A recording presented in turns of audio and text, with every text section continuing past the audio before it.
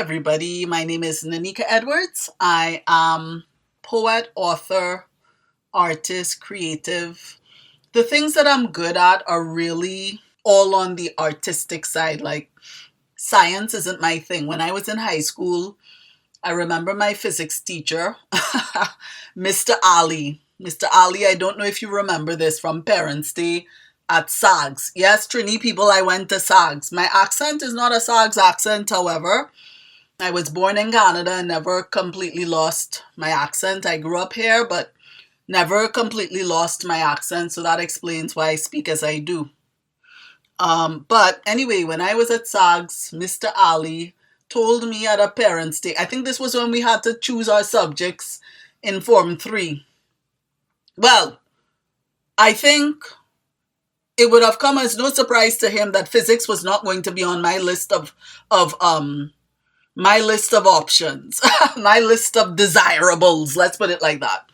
Not on my list of desirables, not on my list of deliverables. But anyway, I remember he said, she asks good questions, but she can't do physics.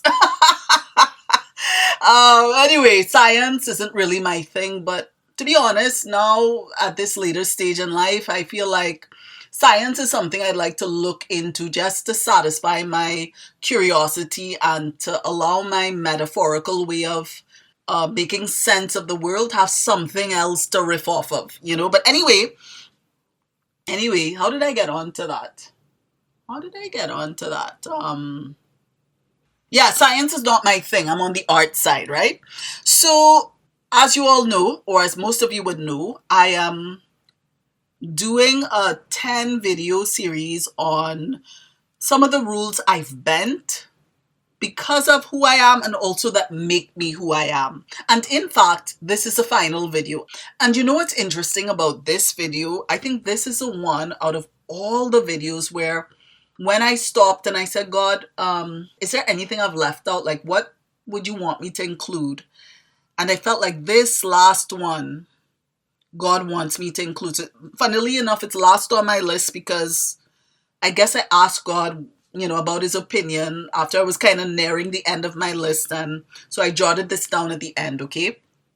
Anyway, one of the rules that I've bent or something that I did that was kind of out of the ordinary, something that I did that kind of defied the laws of logic in a sense, was actually during my high school years. This is when I was probably, where was I? Like between, I would say, Form 4 and Upper 6. So in Form 4 and 5, I would have written CXC, so that gives you an idea of how old I am, right? I think I just identified my age to some extent, or at least the generation that I'm a part of. In Form 4 and 5, I would have been preparing for CXC, which is a Caribbean examination for students kind of in middle high school, like in the kind of upper middle portion of high school, in the fourth and fifth years of high school. And in lower 6 and upper 6, collectively called Form 6, upper 6 and lower 6, 2 years, 1 year in lower 6, 1 year in upper 6, I would have been preparing for A levels, for the Cambridge examination that comes out of the UK, comes out of England, I think. And let me explain, especially with respect to A levels. In my time, A levels were so highly regarded that when I finally landed in Canada to pursue a bachelor's degree, and I ended up doing Chinese studies, but that's a whole long story. But when I ended up at McGill, I was told that they were going to actually cut off 1 year of my 4-year program because Form 6 of school in the Caribbean, at least among English-speaking islands, if those schools were doing Cambridge exams, those exams were so highly regarded that they would remove 1 year from a university program, say, like where I was in Canada and at McGill. So That's just to tell you how intense the preparation had to be for those exams, especially A levels, but also for CXC as well. I think now in now in this time, people kind of get grades handed to them on a silver platter. I think back in my day, if you got a good grade, you would know that you really worked for it. You had to work to get a good grade. Now I think the marking system is a lot more lenient for whatever reason. But anyway, back in my day, if you wanted to do well in these exams, that I guess for a lot of people, we felt as if they determine your future and blah blah blah, which to be honest is not necessarily true. But if you wanted to do well in those exams, I promise you, you had to expend real effort, real discipline, and you had to pour out, I mean, massive amounts of sweat, of studying, studious sweat, right? Which is what I did. But here's the thing.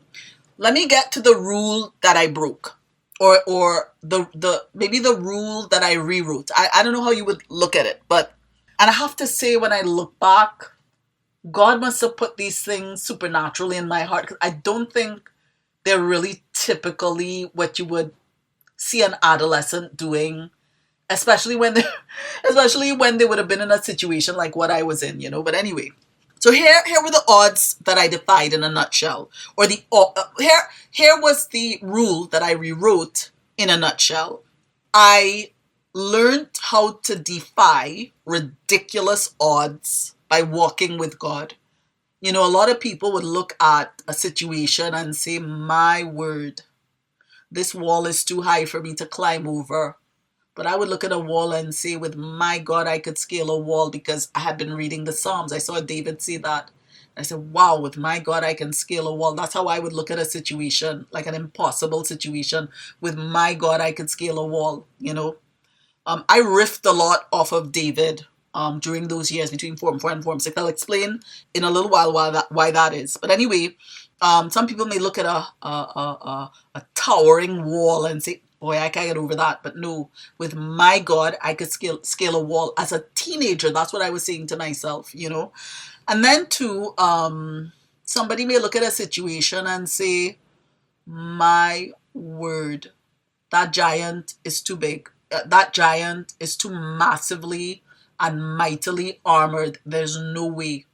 But I read about David. I read about David, and like I said, I riffed off of David. If David could down a giant, why couldn't I down a giant?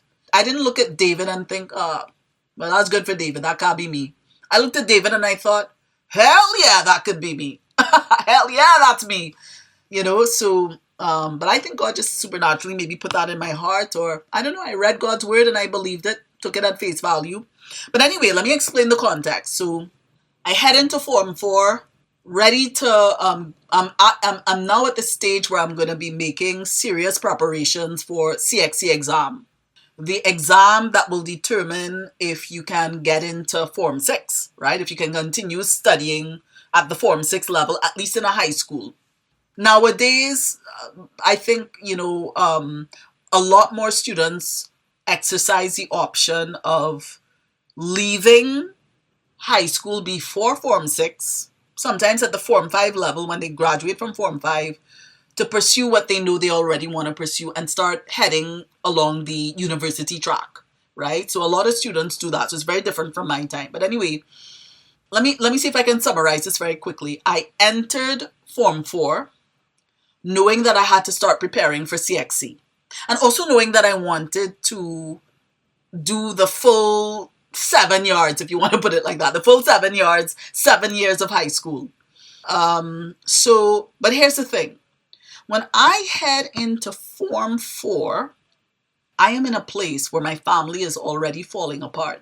My parents had some issues, and I won't go into them because, some people are still with us today, and I don't want to dishonor them or anything. I don't want to have our business all out there when, may not be necessary. But let's just say my family was falling apart, right?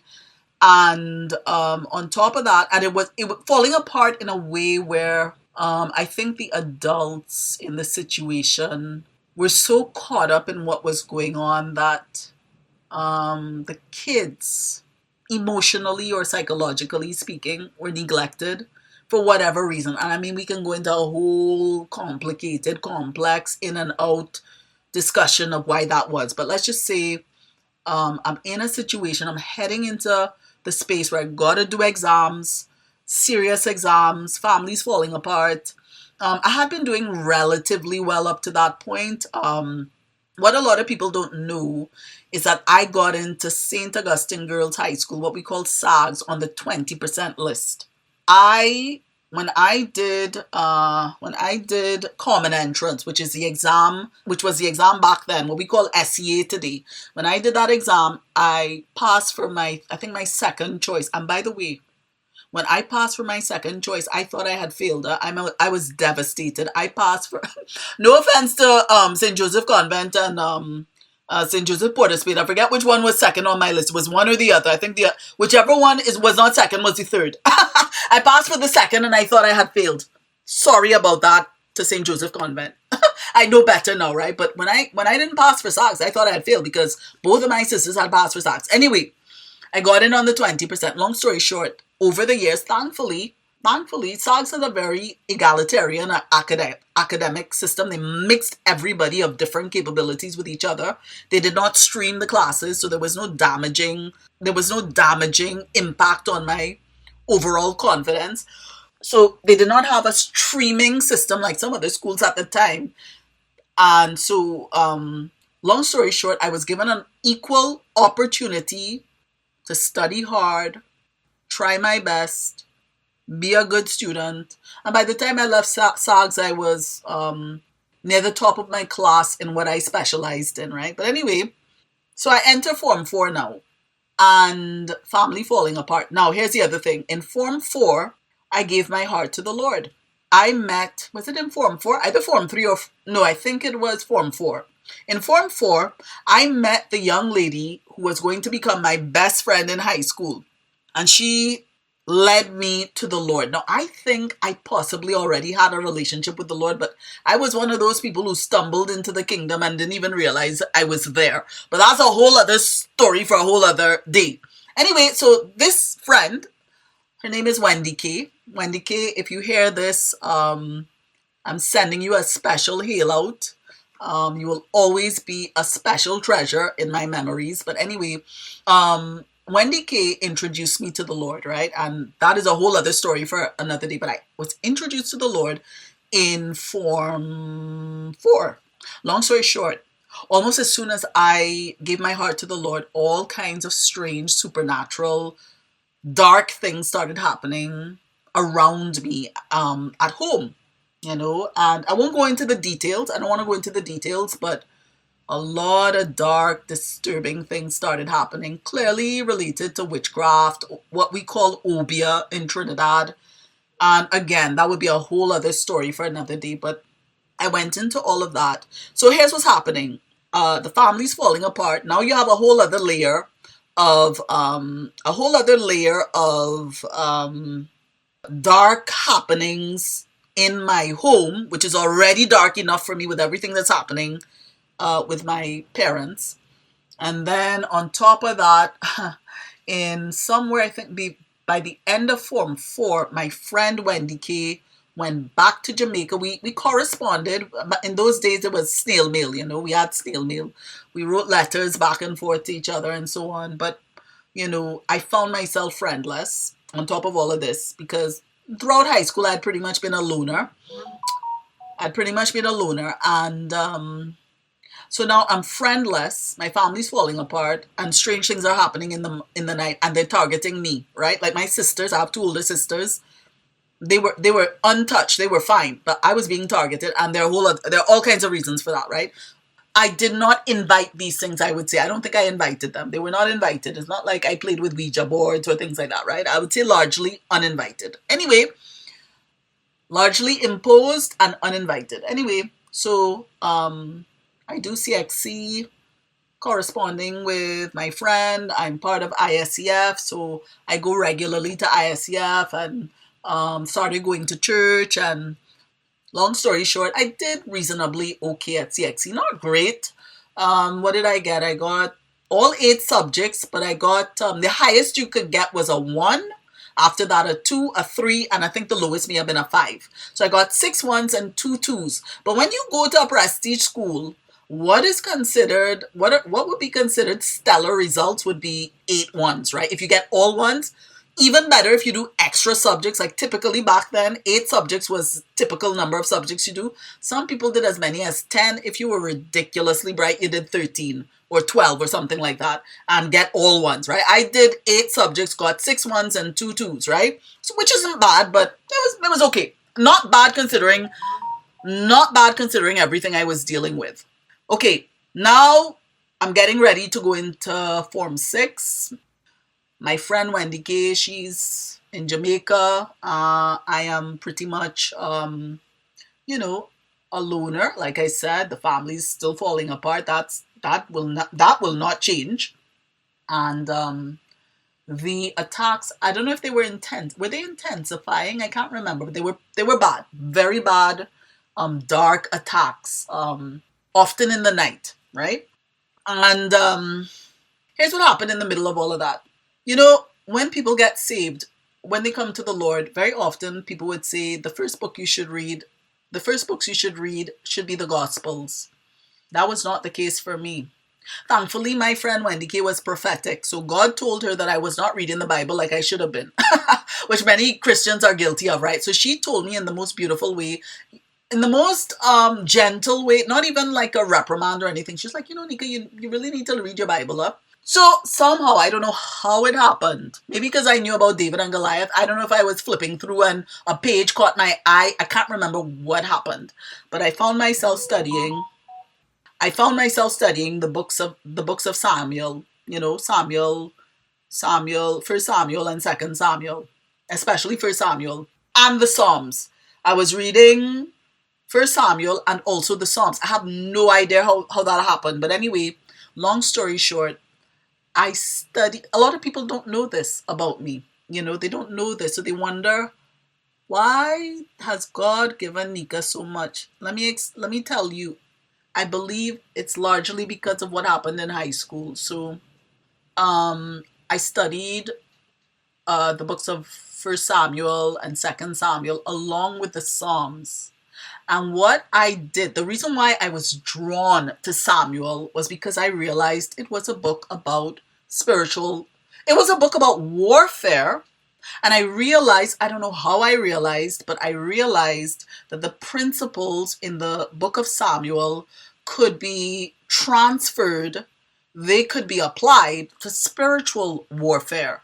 And back then in the church, we did talk about spiritual warfare. The church I went to at the time, and then the church that I transitioned to, in the Caribbean, spiritual warfare is, that's just like kindergarten stuff for most churches in the Caribbean. So anyway, we knew about spiritual warfare, and I understood that the book of Samuel was all about warfare. Long story short, I applied the principles from the book of Samuel, and that's how I survived that period. But it's not just applying the principles, it's because to apply the principles devoid of a connection with God, I think is no different from witchcraft. But I started getting to know the Lord. I walked with God. God protected me. And it was in the middle of all of that I got to know God as a really personal God, as a God who looked out for me, as a God who protected me, as a God who took care of me, as a God who told me what to do at certain points when I didn't know what to do, when, you're kind of under fire, so to speak, in the middle of the night, God was with me. And it was in the middle of that, guess what, that I'm preparing for these A-level exams that are so intense that typical university in North America would cut off a year of a 4-year university program because, they're so highly regarded, right? So, long story short, let me get to the end of this story. At the end of Form 6, having to deal with family falling apart, my best friend back home in Jamaica, snail mail, communication slow. So it's not like I could talk to my friend every day.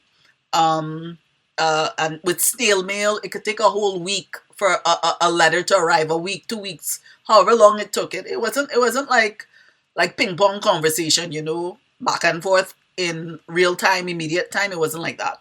I'm preparing for these exams, and let me tell you, my father is no longer here, so I could say this. One of the things I had to contend with was my father coming home at ridiculous hours of the night, sometimes 10 o'clock, midnight, 2 o'clock in the morning. And I used to be up at those ridiculous hours studying. In fact, I still have the eye bags today to prove it, right? I have eye bags from the late nights that I stayed up studying, right? But anyway, my father used to come home at ridiculous hours in the night. And 10 o'clock, midnight, 2 o'clock, 1 o'clock in the morning, having been gallivanting with people he should not have been gallivanting with. Let's put it like that. And I could not ask him. He would then he had a really what to call it. He had a really classy sound system, right? He loved music, but he liked to listen to a particular type of movie channel, music channel at the time. I won't call the name of the channel, that played a lot of rock music and real kind of harsh, abrasive music. And he would come home at those hours of the night, turn the volume up to top volume. Let me tell you, he would turn the volume up to top volume. And this is when I'm trying to study. I'd have to, and you couldn't tell him anything. If you said, could you please lower the volume? I mean, he would blow up. And by the way, my father, was not was at that point, I would just say he was somebody that he was not really. We saw a whole different side of him that I don't think was really him. Let's put it like that. But anyway, he would blow up. So you got the family's falling apart. You've got the drama of my parents, and that's everyday drama, definitely weekly. I've got no friends, and the preparations for this exam are intense. So much so that I'm staying up at crazy, crazy hours of the night to study. And long story short, people, at the end of all that time, and by the way, on top of that, things are attacking me in the night and making my life absolutely, absolutely, formidably, what's the word I'm looking for? Confronted, if I could put it like that. Formidably confronted. And so, it was in the middle of all of that I'm proud to say, happy to say, grateful to say, God looked out for me. He looked out for me in so many ways. He protected me in the night. He gave me the motivation to study. In fact, when I started preparing for my A-level exams, it was a verse in Proverbs that really spurred me on to be disciplined. What was it? I think it was go to the ant, you sluggard. Yes, go to the ant, you sluggard. By the way, I have a thing with ants. I'm fascinated by ants.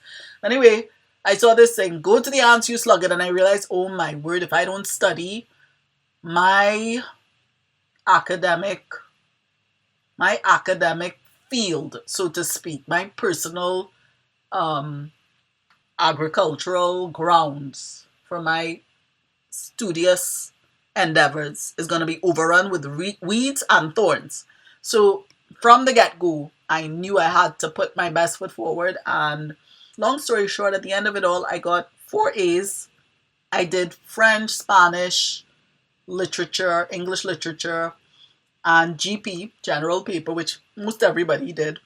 And I got all A's in all of them. I know one of my anyway, let me not say that. But yeah, I got 4 A's, which was no small feat back then. Like I said, you didn't just get good grades just so. And by the way, in this case, it's completely neutral because it's not even coming from the Caribbean. It's coming from the UK.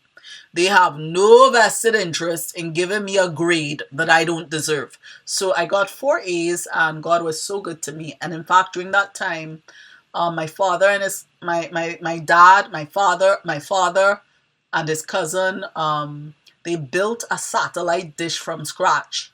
So they built a satellite dish from scratch at a time when I don't think cable TV was a thing. They built a satellite dish from scratch, and so I was able to access some foreign programming that allowed me to look at shows in Spanish and French, which really helped me with my Spanish and French. I was able to get some really good books from the Alliance Française as well that helped me with my French. The library at SAGS was well stocked with some great magazines. I always remember the magazine L'Actualité. Great magazines. I learned so much, and I was reading El País. The library also brought in El País, the newspaper from Spain, and so I mean, I was constantly reading.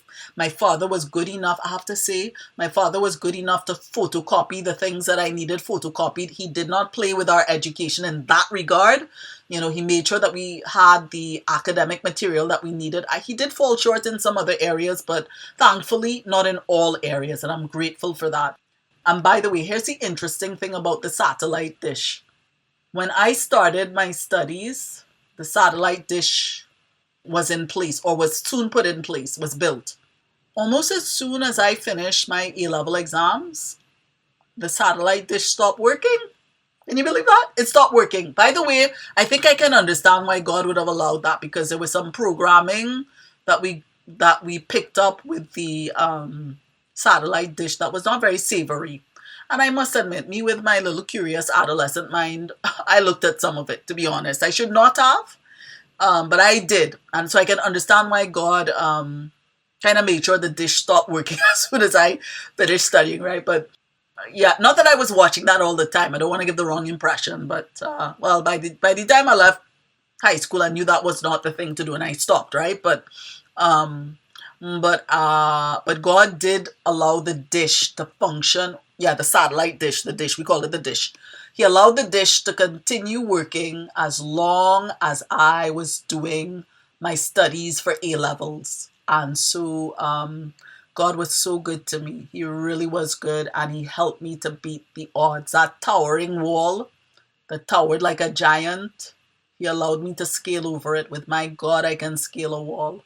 With my God, I can scale a wall. I mean, I could tell story upon story upon story of God's faithfulness to me, you know. But anyway, I'm talking about bending rules.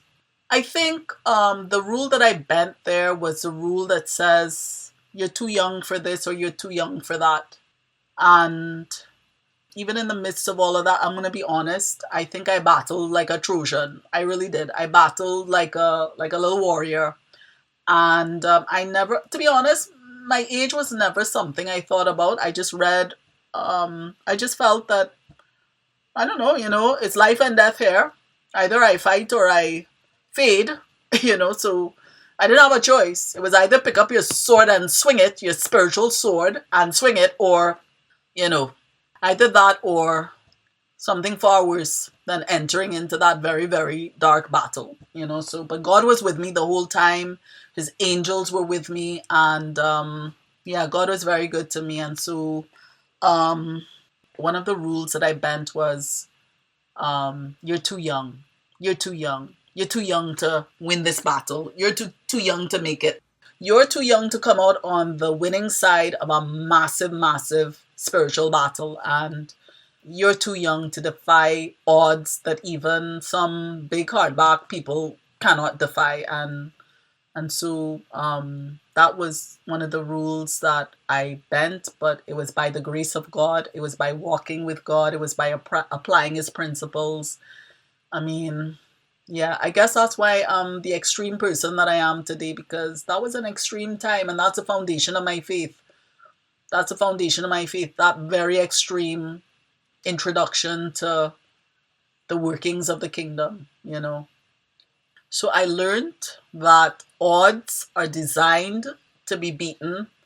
Odds are designed to display the divinity and the awesome omnipotence of God and His sovereign power, His sovereign unbeatable wisdom, His unbeatable presence, His beautiful love. I mean, listen, I could tell, like I said, I could tell story upon story upon story, but God has been so good to me. And one rule I would say on top of that that I learned to bend is the rule that, oh, those Bible stories, they're good for the Bible. Those Bible people, they were good for themselves, you know, as my aunt would put it. They were good for themselves, but they're too good for you to emulate them. I broke that rule. I looked at all those people and I said, if they could do it, I could do it.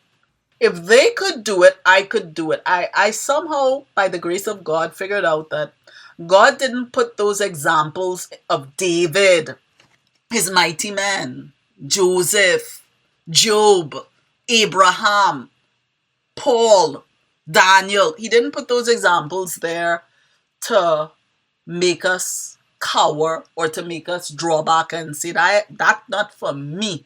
That there for me. That for them, partner. But that, you see, that me taking that on, right? That's not what they're there for. We're not supposed to look at that and say, you know what, that's for them. That's not for me. I am not taking any of that on. I'm not going to worry about myself about those things. They're put there to inspire us to do great exploits. Those who know their God shall do great exploits. Those who know their God shall do great exploits. So, yeah, that was the other rule that I broke, that I pray people would be inspired to reconsider that unspoken rule among Christians, that we cannot be like the people in the Bible, that we cannot have Bible grade faith, that we cannot have a Bible grade walk with God. No. Where did that rule come from? Not from God. Definitely not from God. So I hope that I've inspired people to, if you need to reconsider how you walk with God, how you see the Bible, how you see the characters in the Bible. Those are not just grand stories or legendary myth. Those things actually happened. Our God is a real God, and he's the same God today that he was back then. The same God that you see when you flip through the pages of the Bible is the same God today that you can see as you flip through the pages of your life, if you allow him to write your tale. So that's it. That's it. Feel free to share your stories. I really hope this was inspiring for you. And well, this is the end of the series. And I'll be honest, I would not have ordinarily shared this story. It's not one that I share that often. And I share it, I think, with, I don't know, not that many people in the grand scheme of things. But yeah, for people who know me and know what my life has been like, maybe this will help you understand why in some ways my life has turned out the way it has, both in positive ways and negative ways. I think maybe this would help people to understand, but you would understand why it sometimes feel as if God has some kind of unfair interest in, I don't know. Some people may feel, how come? Well, this is how come. Okay. So that's it. Of course, past glories are past glories. I mean, you always have to forget what is behind and press on to what is ahead. But I think this would answer your how come. Wherever that how come is coming from, this explains how come. So that's it. I hope you enjoyed this, and thank you so much if you viewed the whole series, thank you so much. I hope you enjoyed it. If you're already seeing results, or you eventually start seeing results from applying some of these things that I've shared, feel free to come back. Feel free to tack back. Feel free to back. Feel free to reverse back, as we say in Trinidad. Feel free to pay a return visit and to share your thoughts and experiences, and or even questions and so on. So that's it. Until the next time, over and out for now.